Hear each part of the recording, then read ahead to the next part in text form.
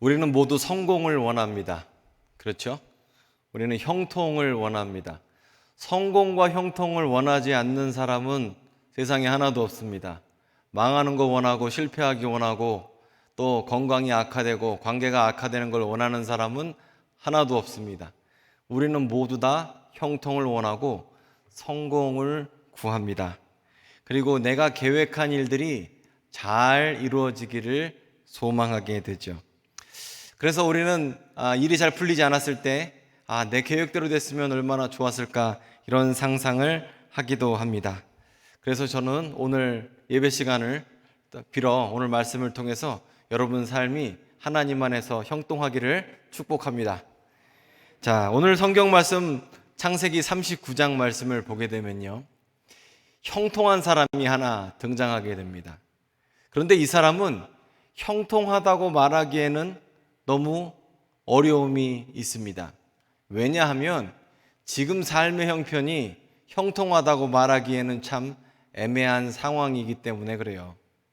자, 먼저 오늘 주인공인 요셉의 삶에 대해서 좀 알아보면요, 요셉은 여러분도 잘 아시겠지만 귀한 집 아들이에요. 부잣집 아들입니다. 그리고 부잣집 아들 중에서도 가장 귀한 아들이었습니다.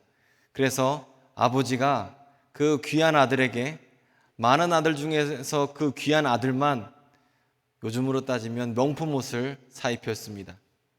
그런데 그 여러 가지 일들 가운데에서 형들이 질투하게 되어서 요셉은 죽을 뻔하고 그러다가 노예로 팔려서 이집트 땅으로 종으로 오게 되었습니다. 이 상황도 결코 행복한 상황은 아니죠. 그런데 하나님께서는 이 노예로 팔려온 요셉, 또 노예 생활을 하게 된 요셉에게 형통하다고 말씀하고 계십니다. 그리고 뿐만 아니라 노예도 힘든데 누명을 뒤집어 쓰게 되었습니다. 자기가 한 일이 아닌 다른 일에 대해서 자기가 책임을 지고 감옥에 가게 되었습니다. 자, 노예도 힘든데 감옥에 있는 노예예요. 이건 뭐 더 힘든 거죠. 더 좋을 수가 없습니다. 점점 상황은 나빠지게 됩니다.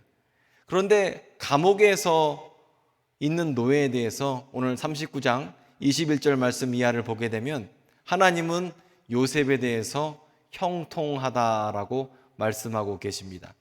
그러면 이 형통이 도대체 무슨 뜻이냐?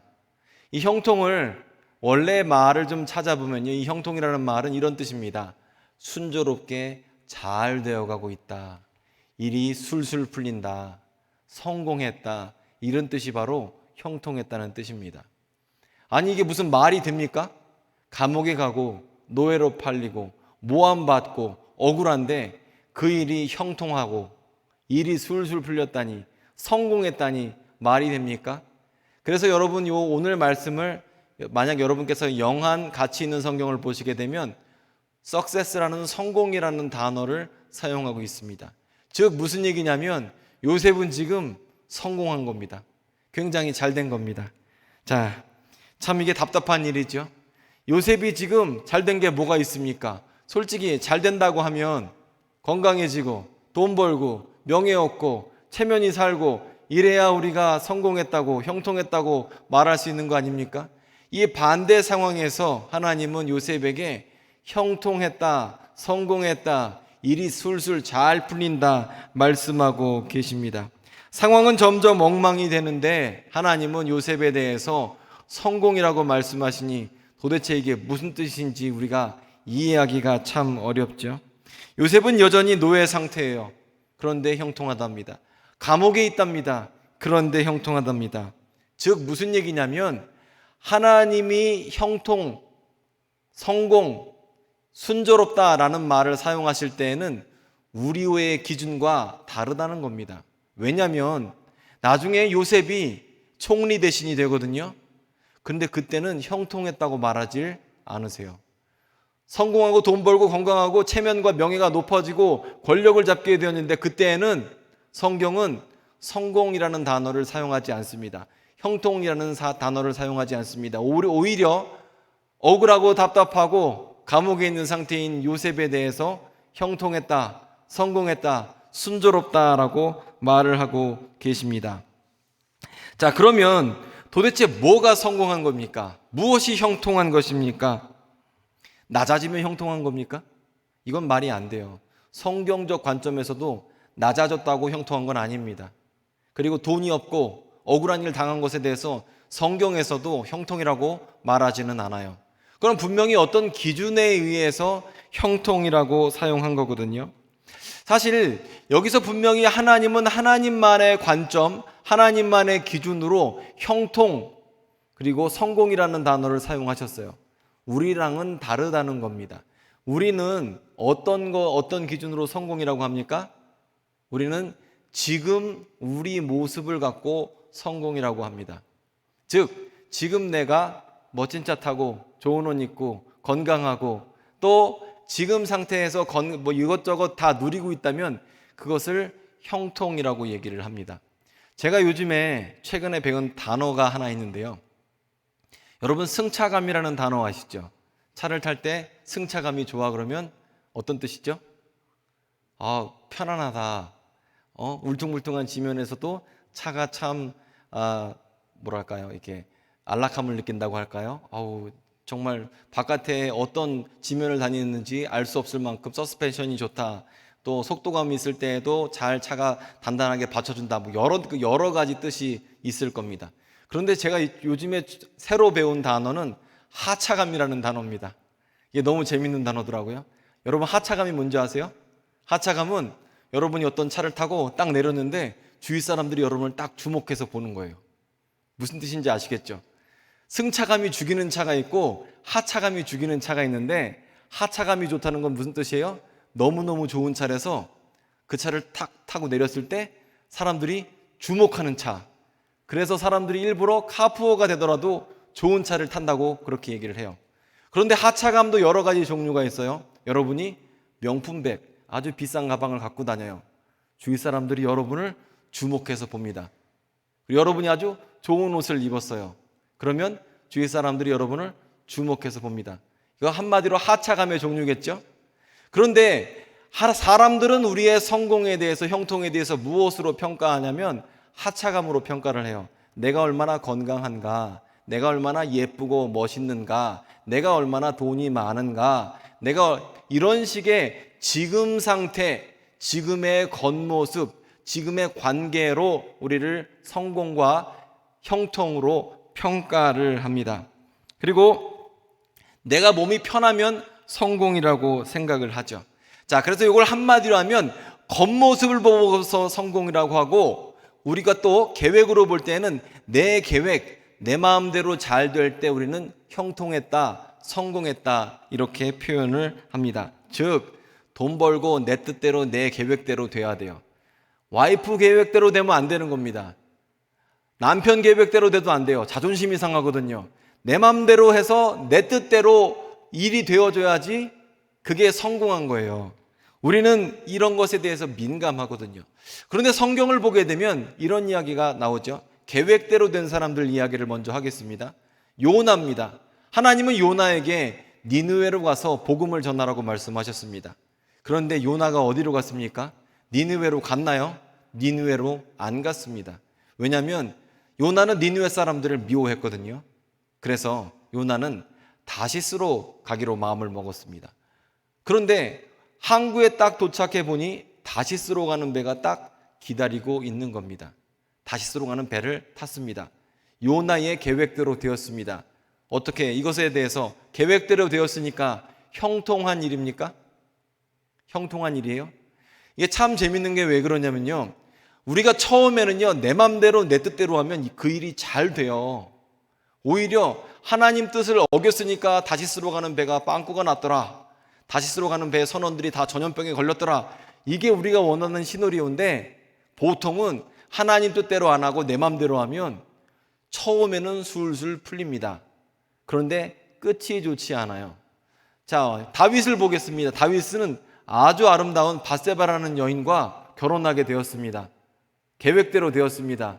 어떻게 이거 성공이라 볼 수 있습니까? 그렇기가 어렵죠. 삼손은 어떻습니까? 계획대로 아름다운 여인인 드릴라를 아내로 맞이했습니다. 계획대로 되었습니다. 성공이라고 말할 수 있겠습니까? 아니죠. 그것이 파멸의 시작이었습니다. 자, 그래서 우리는 우리의 계획대로 되기를 원하고, 지금 내 겉모습이 팬시해 보이고 화려해 보이고 괜찮아 보이고 건강해 보이고 부유해 보이면 그것을 성공과 형통이라고 말을 하지만, 우리의 겉모습이 형통이 아닐 수도 있습니다. 그러면 오늘 요셉의 삶에서 잘 되고 있는 게 뭐죠? 오늘 요셉의 삶에서 잘 되고 있는 건 하나밖에 없습니다. 그것은 하나님의 구원 계획, 그거 하나밖에 잘 되는 게 없습니다. 그런데 이 하나님의 구원 계획, 하나님의 형통의 기준은 우리의 기준과 다르다는 것을 알 수가 있어요. 우리는 우리 겉모습과 내 뜻과 내 계획에 집중해서 그것에 따라 성공과 실패를 어떻게 보면 평가를 하는데, 하나님은 그렇지가 않습니다. 우리는 현실로 평가를 하고 겉모습으로 평가하고 현재 모습으로 평가를 하지만, 하나님은 지금 모습으로 평가하시는 것이 아니라 앞으로 되어질 모습으로 우리를 평가하십니다. 나를 통해서 이루실 하나님의 계획으로 지금을 성공과 실패로 평가하십니다. 지금 봐서는 뭐 알 수가 없다는 거예요. 하나님의 계획은 지금 겉모습만 봐서는 하나님의 계획을 알 수가 없어요. 그런데 지금 계획이 하나님의 과정으로 들어가 있다면 그것은 성공이다. 하나님은 말씀하고 계십니다. 내가 지금 삶이 어렵지만 하나님의 뜻대로 훈련받고 연단받고 주님 뜻대로 가고 있다면 주님은 그것에 대해서 형통이다, 성공이다 라고 말씀하고 계시는 겁니다. 자, 예를 들어서 누가복음 15장에 집 나간 탕자 이야기가 나옵니다. 탕자가 처음에는 자기 뜻대로 잘 되었습니다. 아버지 재산을 팔아서 돈을 많이 챙겨서 이방 나라에 가서 그걸로 재미있게 살았습니다. 돈 쓰는 것만큼 재밌는 일이 세상에 어디 있습니까? 돈을 다 썼어요. 그리고 이것을 형통이라고 말할 수 있을까요? 형통이라고 말할 수가 없습니다. 그런데 나중에 자기가 가진 돈을 다 쓰고 이방 땅에서 돼지를 치면서 돼지 사료를 먹으면서 아버지 집을 생각하고 있습니다. 이것은 하나님 뜻으로 볼 때 형통의 시작으로 볼 수 있는 거죠. 왜냐하면 하나님의 구원 계획이 이루어지고 있는 과정, 또 출발점이기 때문입니다. 그리고 이렇게 하나님의 뜻 가운데 있는 사람에게 나중에 총리의 자리도 주어지고 하나님의 뜻대로 형통과 물질적인 성공도 주어지게 되는 겁니다. 그래서 지금 모습으로는 알 수가 없어요. 자, 옛날에 일제시대 때 손양원 목사님이 신사 참배 문제로 감옥에 갇혔습니다. 지금 그 사람의 모습은 실패한 모습으로 보이는 것 같죠? 역경과 고난 가운데 있는 것 같습니다. 하지만 하나님의 눈으로 볼 때 손양원 목사님은 성공한 사람, 형통한 사람이라고 볼 수 있는 거죠. 반대로 돈 많이 벌고 잘 나가도 실패한 인생도 있다고 보여지는 거죠. 시편 105편을 보게 되면요, 시편 이 105편이 창세기 후반부를 배경으로 하고 있는 시편이거든요. 근데 그 시편 105편에는 요셉 이야기가 나옵니다. 제가 몇 구절을 읽도록 하겠습니다. 그가 한 사람을 앞서 보내셨으며 요셉이 종으로 팔렸도다. 그의 발은 착고를 차고 그의 몸은 쇠사슬로 매였으니 곧 여호와의 말씀이 응할 때까지라. 그의 말씀이 그를 단련하였도다. 아멘. 자, 요셉 말씀을 보십시오. 요셉에 대해서 어떻게 이해하고 있습니까? 발에는 착고를 차고 몸은 갇혀 있고 매맞고 있습니다. 쇠사슬에 묶여 있습니다. 어느 때까지 매여 있습니까? 하나님의 말씀이 응할 때까지 요셉은 매여 있습니다. 즉 요셉이라는 사람이 성경에는 등장하지 않지만 그 아픈 점이 등장하지 않아요. 마음고생하는 것이 등장하지 않아요. 이게 참 구약과 신약의 차이입니다. 신약 성경 같은 경우에는 이 감정 묘사나 이런 것이 잘 나와 있거든요. 그래서 고린도 후서나 이 바울 서신들을 보면, 또 마가복음을 보면 예수님이 아프신 이야기, 바울이 억울해하고 답답해하는 이야기가 잘 설명되어 있어요. 하지만 구약 성경에는 이런 개인적인 감정에 대한 묘사가 나와 있질 않아요. 하지만 여러분, 요셉도 쉽지가 않았어요. 요셉도 어려웠어요. 요셉도 억울하고 답답한 일을 겪으면서 쉽지 않았어요. 말씀 가운데 연단받고 훈련받는 것이 요셉에게도 쉽지 않았습니다. 하지만 그 연단 과정을 통하여서 요셉은 하나님의 사람으로, 하나님의 구원 계획에 참여한 사람으로, 형통하고 성공한 사람으로 만들어졌다는 겁니다. 한 10년 전에 우리 교회에 계시던 박철규 목사님이란 분이 계세요. 아마 여러분들이 상당히 많은 분들이 기억하고 계실 거라고 생각하는데, 이 박철규 목사님 사모님이 수녀님인 거 알고 계세요? 알고 계셨어요, 여러분? 모르셨죠? 박철규 목사님 사모님이 수녀님이세요. 그것도 연상입니다. 너무 신기하죠? 연상의 수녀님을 어떻게 꼬셨을까? 제가 너무 궁금했어요. 10년 전에도. 그래서 그분이 계실 때, 우리가 여기 그 토평동으로 이사 오기 전에 수택동에 있을 때 제가 여쭤봤습니다. 목사님, 어떻게 사모님하고 결혼하게 되었습니까? 이렇게 제가 여쭤봤어요. 그러니까 사연이 길더라고요. 좀 뭐 길지만 하겠습니다. 박철규 목사님이 예전에 천주교 성당을 다니고 있었는데, 제가 볼 때 믿음 생활도 별로 안 했던 것 같아요. 사업을 하면서 사업이 폭삭 망했다고 합니다. 그래서 빚쟁이들한테 쫓겨다니고 집에 있을 수는 없고, 결혼하기 전이었대요. 있을 데가 없어서 수도권에 있는 금식기도원에 도망을 간 겁니다. 도피 장소로 금식기도원을 가게 된 거예요. 그리고 금식기도원에 가서 기도가 되겠어요?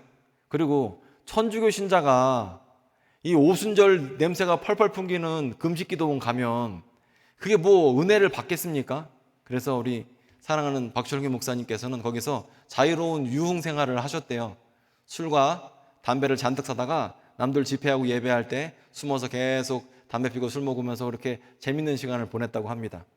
그런데 그것도 하루 이틀이죠. 한 2달 해보십시오. 재미가 있으려나. 남들은 예배하는데 거기서 담배 계속 피고 2달 동안 술 계속 먹어보세요. 재미가 있으려나. 재미가 없어요. 어쩌다 한 번 해야 재밌는 겁니다. 그것도. 그러니까 그거 하기도 지긋지긋하고 지치고 해서 도대체 저 안에서 사람들이 뭘 하나가 궁금한 겁니다. 그래서 우리 박 목사님이 그 당시에는 이제 성도였겠죠. 성도도 아니죠. 교회 안 다니는 사람이니까. 우리 박 목사님이 안에 집회를 들어갔다고 합니다. 집회를 들어가서 은혜를 받았겠어요? 은혜를 당연히 못 받죠. 제가 그 박 목사님이 말하는 기도원을 예전에 한번 간 적이 있었습니다. 그런데 가보고 깜짝 놀랐어요. 왜냐하면 와, 설교를 어떻게 저렇게 하나? 이런 생각을 일단 했었고, 왜냐하면 상당히 많은 기도원들이 극우 보수거든요. 저는 극좌도 싫어하고 극보수도 싫어합니다. 이두저도 아닌 게 좋아요.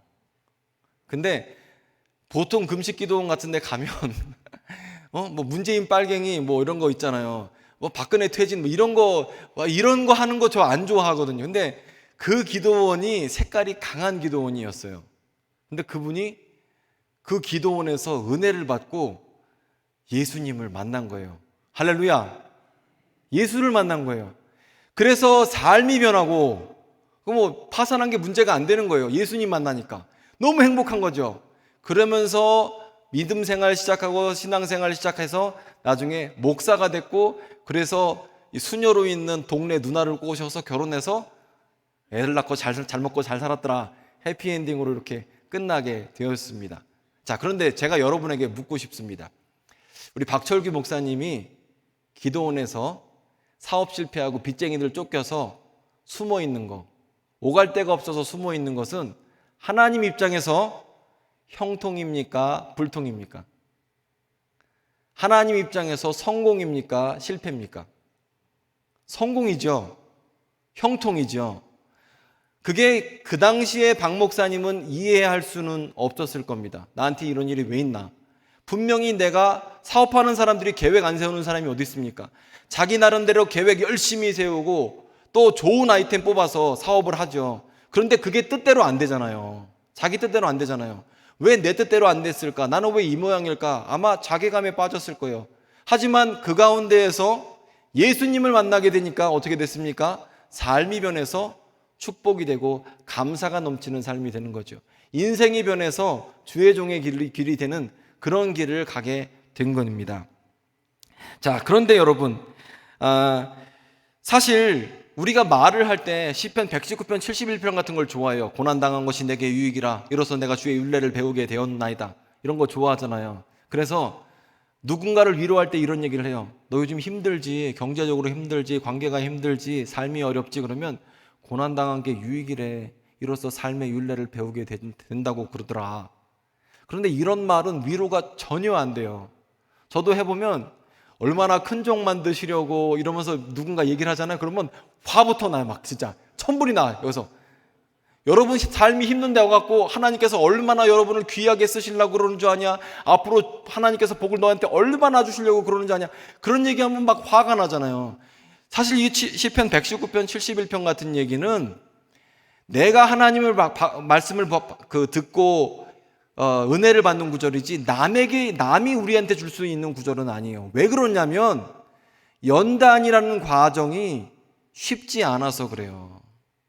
박 목사님에게 있어서도 자기 자신이 깨어지고 연단받는 것이 쉽지 않아요. 자존심이 구겨지고 자기 계획과 자기 체면이 뭉개지는 게 쉽지 않아요. 그런데 여러분, 요셉은 달랐을까요? 요셉은 귀한 집 아들이에요. 그리고 고생 한번 안 해본 사람입니다. 명품 옷 입고 다니던 사람이었어요. 그런데 누군가의 질투 때문에, 형들의 질투 때문에 노예로 팔렸어요. 노예 생활을 하면서 열심히 일해서 사람들로부터 신뢰를 얻었더니 주인마님이 말도 안 되는 걸로 모함을 해서 감옥에 가 있습니다. 감옥에 가서 열심히 해서 신뢰를 받았는데 그곳에서도 배신을 당해요. 그런데 그런 상황 가운데에 하나님은 요셉에게 형통했다, 성공했다, 그렇게 말씀하시는 거죠. 그런데 여러분, 우리가 요셉이나 우리 박 목사님 얘기를 잠깐 드렸었지만 그렇게 나 자신이 깨지면서 연단받고 훈련받는 게 쉽지가 않아요. 일단 첫 번째로 나 자신을 체면을 구기고 뭐 하면서 예배당에 나와서 예배하는 것도 쉽지 않아요. 예수 안 믿는 경우에 내가 나 자신을 복종해서 예수 믿는 것도 쉽지가 않고, 그리고 예수 믿고 나서도 문제입니다. 왜냐하면 예수 믿을 때에도 내가 원하는 모양으로 믿고 싶거든요. 내가 원하는 모양이 아니면 예수 믿다가도 화가 막 나는 거예요. 주님께서 나에게 어떤 것을 시키셔서 혹은 교회에서 어떤 것을 요구해서 내가 어떤 순종의 자리에 있다고 하더라도 때로는 내 뜻대로 되지 않으면 불만이 생겨요. 내 계획대로 되지 않으면 화가 나요. 순종도 내 마음에 맞아야 할 수 있는 거거든요. 이게 쉽지가 않아요. 그런데 이게 저만 해당되는 게 아니라 모든 믿는 사람에게 해당되는 말이더라고요. 예수 믿을 때도 나 자신을 구겼는데 예수를 믿으면서도 순종하는 것이 정말 쉽지 않았다는 거죠. 요셉이 착고에 묶이고 쇠사슬에 묶여서 매 맞고 갇힌 과정을 겪은 것처럼 순종의 과정도 쉽지가 않았답니다. 자, 그렇기 때문에 여러분, 순종이 쉽지가 않고 말씀에 따라 쉽지가 않습니다. 연단받기가 쉽지가 않습니다. 그리고 예수 잘 믿기 위해서 내 계획을 바꾸는 것도 쉽지 않습니다. 하지만 그럼에도 불구하고 내가 주님 뜻에 순종하게 되면 주님은 우리에게 너 참 형통하다, 성공하고 있다, 하나님 내 구원의 계획에 가까이 왔다, 이렇게 우리에게 말씀하십니다. 자, 그래서 여러분, 우리는 항상 내가 원하는 내가 되고 싶어요. 예수 믿으면서도 내 방법대로 예수 믿고 싶어요.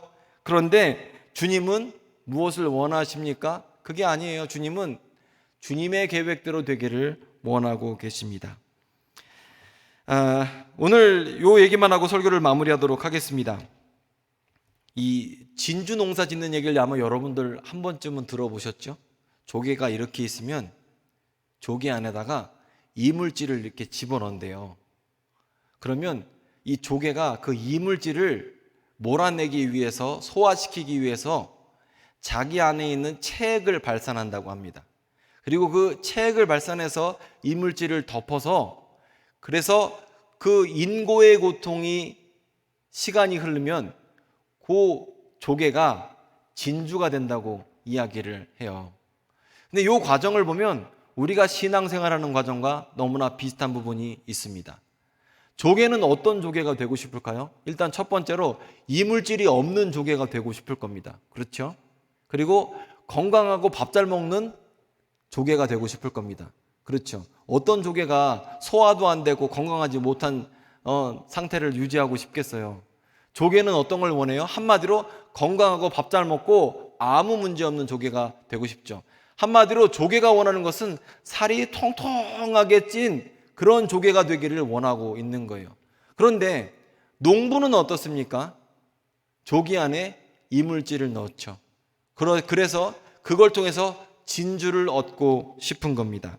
그러면 우리의 삶하고 너무 유사한 점이 뭐냐면 우리가 원하는 건 뭘 원하냐면 건강하고 밥 잘 먹고 형통하고 돈 잘 벌고 관계 좋고 한마디로 살찐 조개처럼 살이 포동포동 쪄서 형통하게 되기를 원합니다.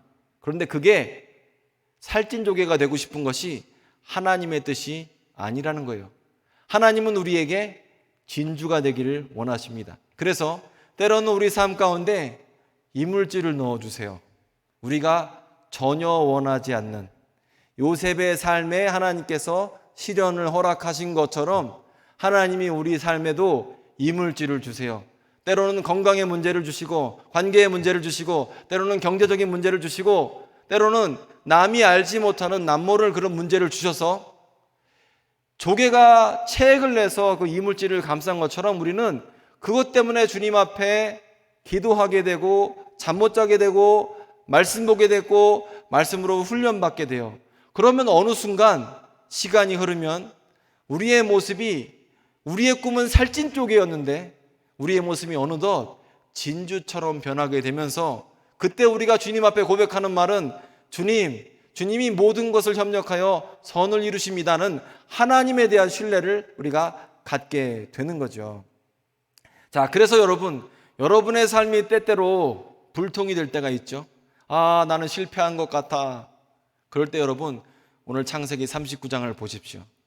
요셉의 삶이 결코 세상의 기준으로 형통하지 못했습니다. 겉보기에 요셉의 삶은 망하는 사람처럼 보였어요. 늘 배신당하는 사람처럼 보였어요. 그리고 겉보기로 볼 때 저 사람은 저렇게 재수가 없을까? 저주받았을까? 이런 얘기를 들었을지 몰라요. 하지만 요셉이 성공한 이유는 요셉은 그 삶이 하나님의 구원 계획과 맞닿아 있었기 때문입니다. 마찬가지로 우리의 삶 가운데에 시련이 있을지라도 마음 아픈 일이 있을지라도 또 마음고생하고 관계의 문제, 경제적인 문제, 건강의 문제 여러 가지 문제가 있을지라도 그것을 통해서 하나님의 계획을 신뢰하며 하나님의 섭리를 이해하고 그리고 그것을 품어내게 되면 우리가 하나님의 구원 계획에 참여하게 되면 우리의 겉모습과 관계없이 성경은 우리에게 하나님은 우리에게 형통하다, 성공했다 그렇게 말씀하시는 겁니다. 여러분 삶이 항상 좋아 보이지는 않잖아요. 왜냐하면 여러분은 살찐 조개가 되고 싶은데 제가 볼 때 이 가운데에서 살찐 조개는 한 마리도 없습니다. 왜 그럴까요? 하나님께서 우리를 사랑하시기 때문이죠. 그래서 여러분 삶 가운데 사랑하시기 때문에 기도할 수밖에 없는 기도의 제목들을 다들 하나씩 주셨습니다. 그리고 그것을 품고 우리가 진주가 되기를 주님은 원하고 계십니다. 자, 요셉의 삶을 평가할 때에 노예로 있을 때 요셉을 평가하지 않습니다. 그렇죠? 요셉을 노예로 있을 때 평가합니까? 아니에요. 요셉의 삶을 감옥에 있을 때 평가하지 않습니다. 요셉의 삶을 우리는 언제 평가합니까? 총리가 됐을 때 평가를 하게 되죠. 즉 요셉의 삶은 과정이었습니다. 과정으로 평가하지 않아요. 우리 삶도 마찬가지입니다. 지금 당장 어려울 수 있습니다. 과정입니다. 요셉이 그랬던 것처럼. 하지만 과정이 아니라 우리의 삶은 마지막 모습으로 평가받아야 합니다. 요셉에게 역사하셨던 그 하나님, 모든 것을 협력하여 선을 이루시는 그 하나님께서 우리 삶에서도 동일하게 일하실 것입니다. 그분을 신뢰하시고 또 그분의 형통을 맛보시는 저와 여러분 됐으면 좋겠습니다. 기도하겠습니다.